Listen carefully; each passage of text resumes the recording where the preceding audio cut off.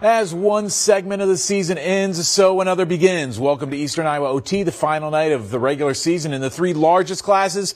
Smaller classes are already underway in the postseason. The stakes could only be higher if you were putting money on a Portland Trailblazers game. And Linn-Mar is on the cusp of one of the most remarkable turnarounds we've ever seen in a single season. Lions started the year 0-4, written off by basically anybody following the sport. The Pride, though, they've channeled every bit of school spirit, winning 4 games in a row. And tonight, if they can beat Iowa City West, this unlikely unit playing under first-year coach Dwayne Orr will clinch a spot in the 5A playoffs. Sounds like a dynamite way to light this candle with our game of the week. 56 days after the season kicked off, it all comes down to this. The final night of the regular season for Iowa City West, it's about seeding. For Linn-Mar, it's about survival. The Lions have fought all the way back from an 0-4 start, but tonight in Iowa City, it's win or go home. And not the best start for the Lions defensively. This Trojans offense is loaded with talent, as we know, and they just march down the field in 3 minutes. Campbell Janis gets the handoff right, slips through some tackles, barrels on in for a 6. Just like that, the Trojans are up 7, and a quick 3-and-out for the Lions, so West gets the ball right outside of the 50, so it's 3rd down now. Reese Wheeler dropping back. He can get mobile back there. He fires to a wide-open Ethan Headings. He could have been a statue and caught that. 19-yard touchdown, 14-zip IC West. Fast forward into the second quarter. Lions with the ball.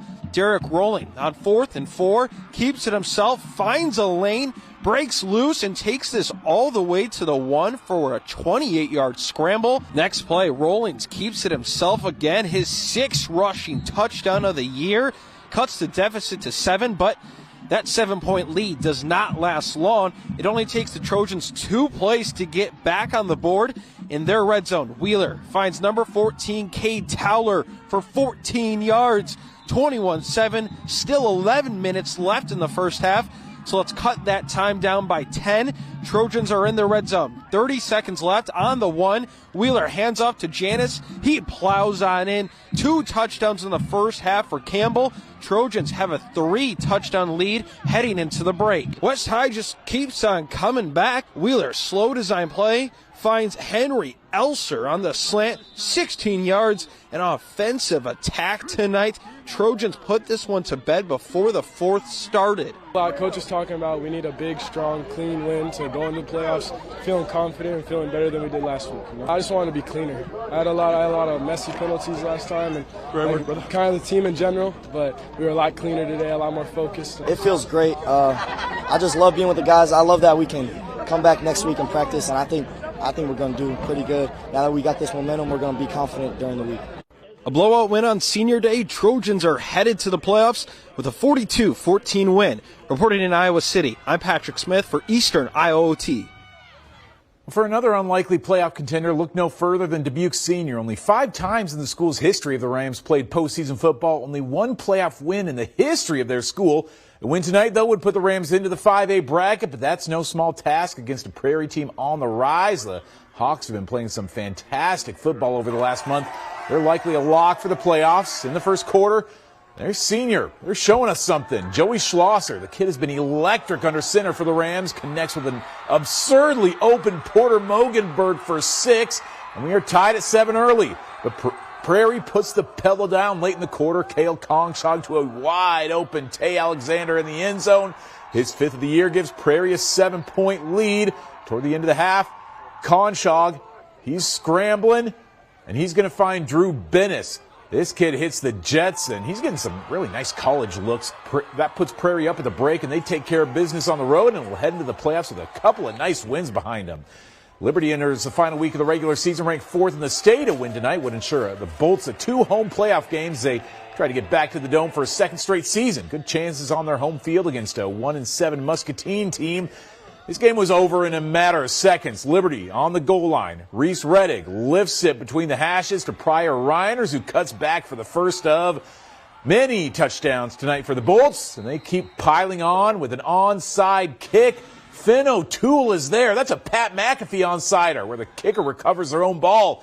Just keep letting Reddick do his thing from there. This time he goes to, this might be his little brother, Tate Reddick. This is his first career touchdown to double up Liberty's lead. Muscatine finally gets their hands on the ball, but it doesn't last long. Logan Lobenthal is there for an interception. That gives the Lightning their third possession in the first 3 minutes of the game. And Reddick pitches on the ensuing drive to Adrian Clary. He navigates traffic and into the end zone. This game was 41-0 in the first quarter. Liberty can take a 7-1 record into the playoffs. We'll see them back at home next Friday night. First ever meeting here between Kennedy and Dallas Center Grimes. The Cougars are trying to avoid a 4-game losing streak to end the season. The Cougar defense will get it going late in the first. Monty Walker with the INT. That would set the Cougars up near midfield. And a few plays later, William Woodring is going to fake the handoff and find Dawson Doherty over the middle for the touchdown. It's 7-0 Cougars early in the second quarter. The Mustangs, they would start to get it going, though, late in the first half. Osborne Grimm is going to cap off a drive with a 10-yard touchdown run. Close game at Kingston, but the Cougars end the year with a 7-point loss to Dallas Center Grimes. Another couple of 5A scores from the area tonight. Cedar Falls got stunned by Linn-Mar last week, but the Tigers in the regular season with a win over Jeff, currently with a number 8 ranking. I think the Tigers will host a playoff game next Friday night. City High ends the night with their second win of the season, and Waterloo West loses at Waukee. We're going to see if that number 12 ranking is enough to hold on to a playoff spot. Didn't get a chance to check out any 4A games in person tonight, but Xavier was up in Music City to finish off a perfect regular season. Saints will go into the playoffs as a number 1 seed in 4A. Western Dubuque, after an 0-2 start, the Bobcats closed the regular season with 7 straight wins. They'll likely be back in Epworth for a home playoff game next Friday night. The playoffs hang in the balance tonight in Williamsburg. Raiders need some help even with a win, and Mitch is in the studio with a possible look at the last team in the 3A field. The postseason starts tonight in Class 2A. Alburnett gets to start their playoff run right on their home field. Survive and advance every playoff score from Eastern Iowa. That's a guarantee when we come back on Eastern Iowa OT.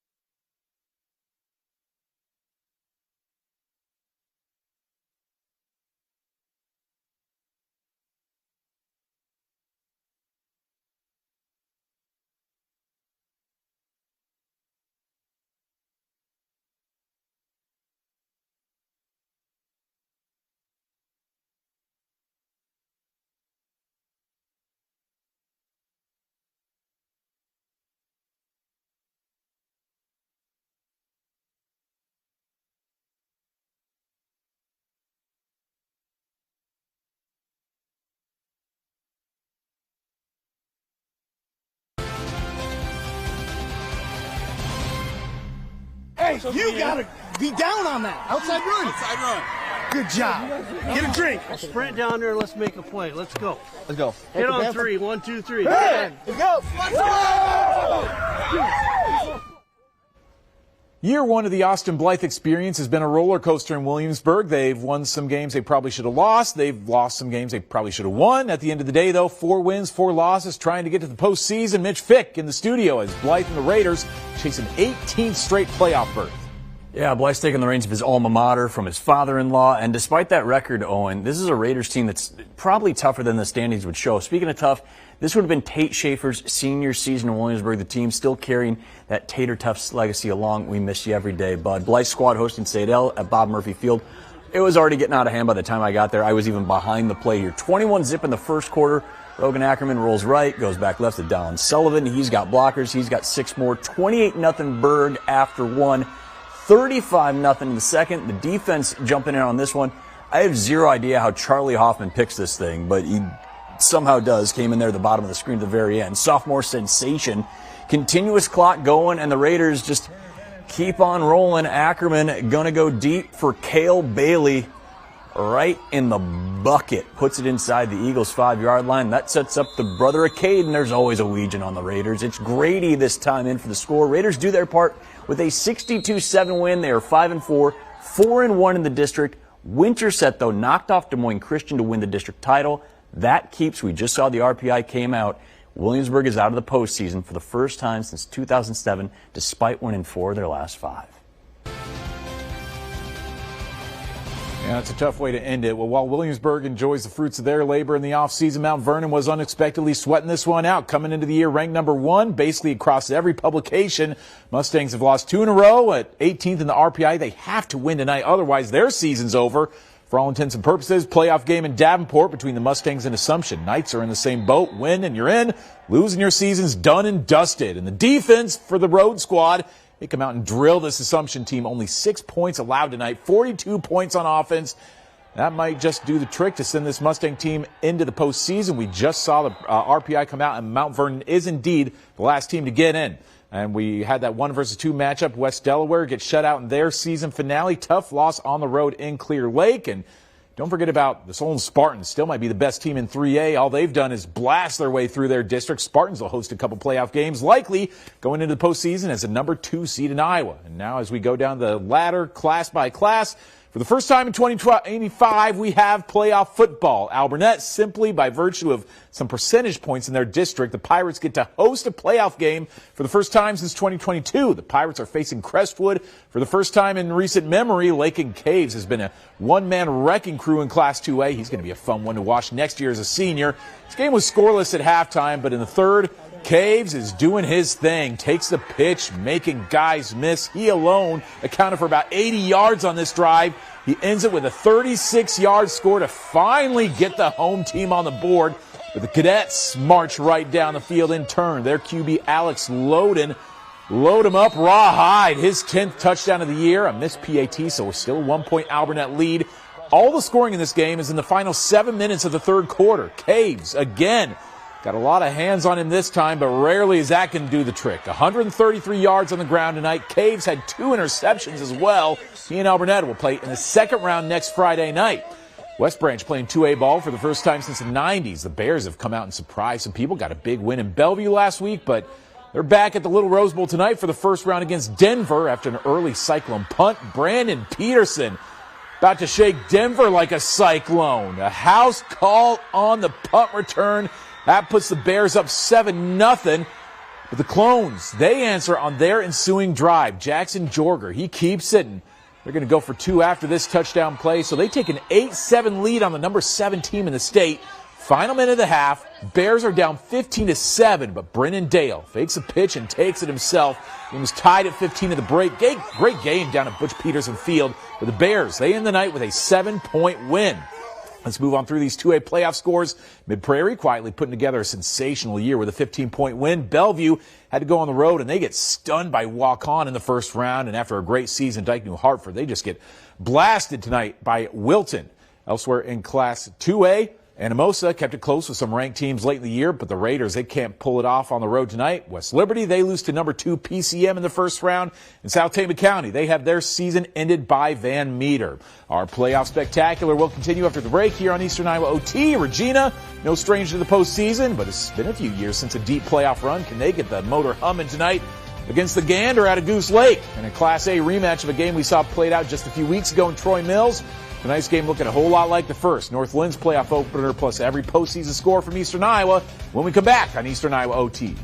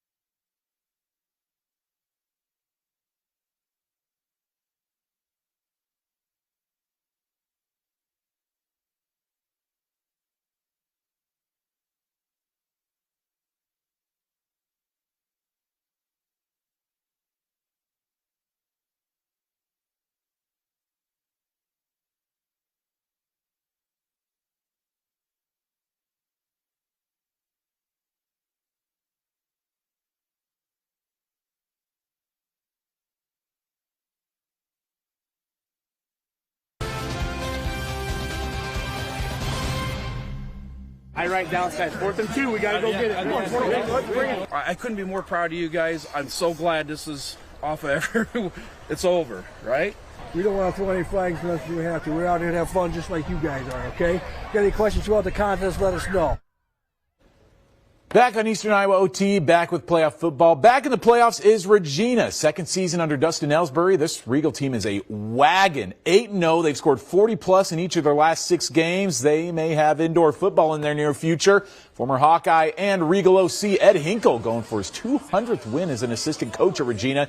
Been there for 19 years now, and the game starts, though, with the defense. Drew Grieve.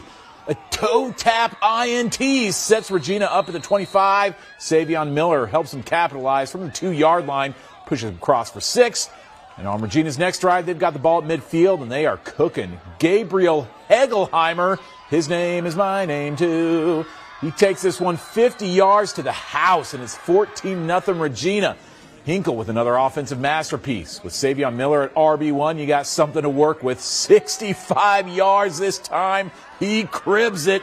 108 yards on the ground tonight for Savion Miller. He had 4 touchdowns in the first half, and the offense lights it up with a 69-0 win. Second straight shutout to get to the second round of the playoffs. Union and Cascade are meeting for the first time since 2017. Both teams have doubled their win totals from last year. Great bounce backs by both the Cougars and Knights. Cougs are driving in the first quarter. A handoff here to Jackson Green. Breaks about 4 tackles on this play. Just watch him go. Nobody bringing this kid down, and he gets into the end zone for a 7-0 Cascade lead. Union with the ball now in the second. Down toward the goal line, Caden Sorensen doing it on his own. Ends the drive with 4 straight QB runs. He ties the game at 7. A close game tonight up in Cascade, but the Cougars pull it off in front of their home fans. An 8-point win to advance to the second round of the playoffs. Moving through some more 1A playoff scores from tonight. Grundy Center wins its 48th straight game and a 57-0 shutout. They're chasing a 4th straight state title. Beckman beats Jessup by 50 to open the postseason, and Sigourney Keota shuts out I-35 to start their playoff run. Columbus Catholic got a home game in Waterloo, but Ty Schmidt and the boys are going to be disappointed with a loss to Clarion Goldfield Dows. South Hardin wins by 28, and Hudson, tough one on their home field tonight, but the Pirates advance with a 7-point win.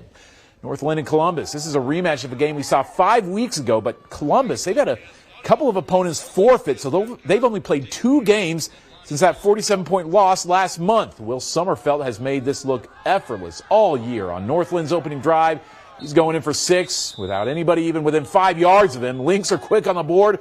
Just put the ball in Sommerfeld's hands and let him work. North Linn's next drive, Sommerfeld on another keeper. Wide open lanes created by those North Linn blockers. Gets pushed out of bounds around the 5. North Linn would score a couple plays later. We're still in the first. A funny sequence of events here. Columbus fumbles. It's recovered by Jackson Nielsen for North Linn. Very next play, though, Sommerfeld cocks back and lets it fly, but a great pick here by Ray Resendez Rodriguez. Turnovers on back-to-back plays. But now on the very next play after that, Columbus airs it out, and Waylon Rowie is there for the interception. Turnovers on 3 consecutive plays, and Rowie has his eyes on 6. This is North Linn's 5th pick 6 of the season, the most by any 11-man team in Iowa. Columbus got a couple of late scores, but North Linn will advance to the second round next Friday night. Got a few more Class A scores to get to. Wapsie Valley just beat North Linn last week, and they beat Starmont tonight 50-3. Nashua Plainfield, wow, ranked number 10 in the state, and the Huskies get upset by West Fork, 25-23 the final. Maquoketa Valley, 43-0, they win over Danville, and BGM behind Bo Burns got to go all the way across to the western part of the state against Riverside. They leave town with a 35-30 win.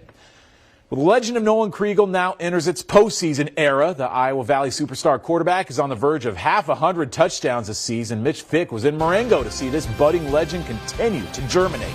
Yeah, 48 touchdowns for the kid through 8 games, 10 through the air, 33 on the ground, 2 catches, a pick 6, 2 kick returns. Versatility. As he goes, Iowa Valley goes, and they're looking to run right through Moravia in the first round tonight. Opening kickoff, it was just going to be one of those nights for the Mohawks.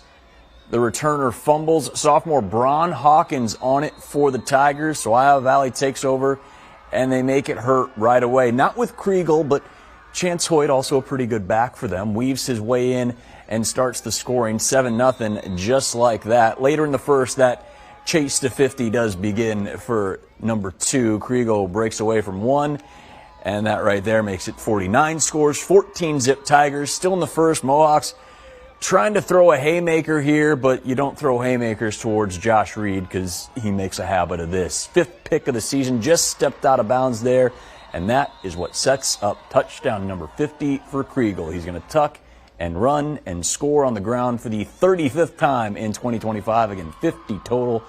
Tigers leave no doubt 64-0 your final from Marengo, Iowa Valley 9-0, moving on to the round of 16.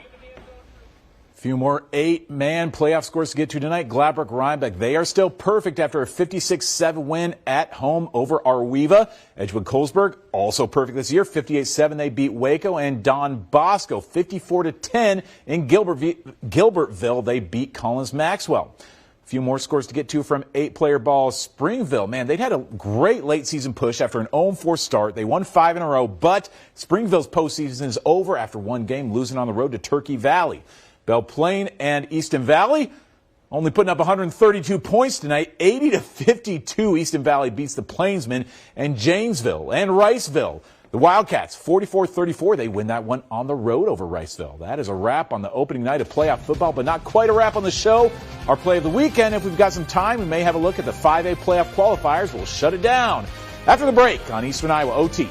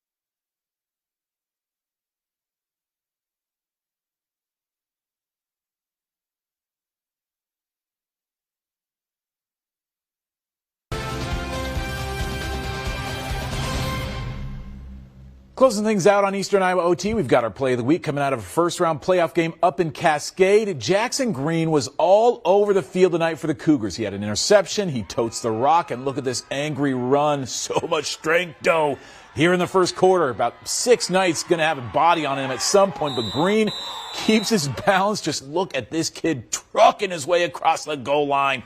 A big night for Green and Cascade as the Cougs win this one by 8, and they will advance to the second round of the playoffs coming next Friday night. And speaking of playoffs, we do have the playoff qualifiers in Class 5A, 4A, and 3A. So I'm going to be looking at my phone here a minute as I read these off. Iowa City Liberty is the 4 seed in Class 5A, so they're going to get 2 home playoff games, assuming they win next week. Cedar Falls is the 8 seed. They'll be at home next week. Iowa City West is the 9 seed. Possible chance we could see Cedar Falls playing Iowa City West next week.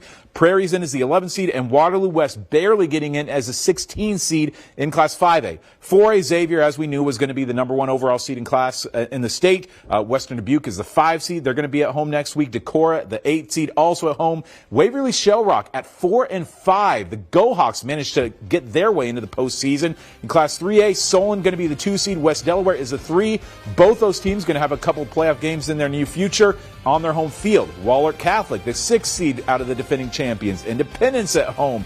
Mount Pleasant is a 10 seed. Benton is in the playoffs, as is Mount Vernon at the 15 seed. A lot of Eastern Iowa in the 3A field.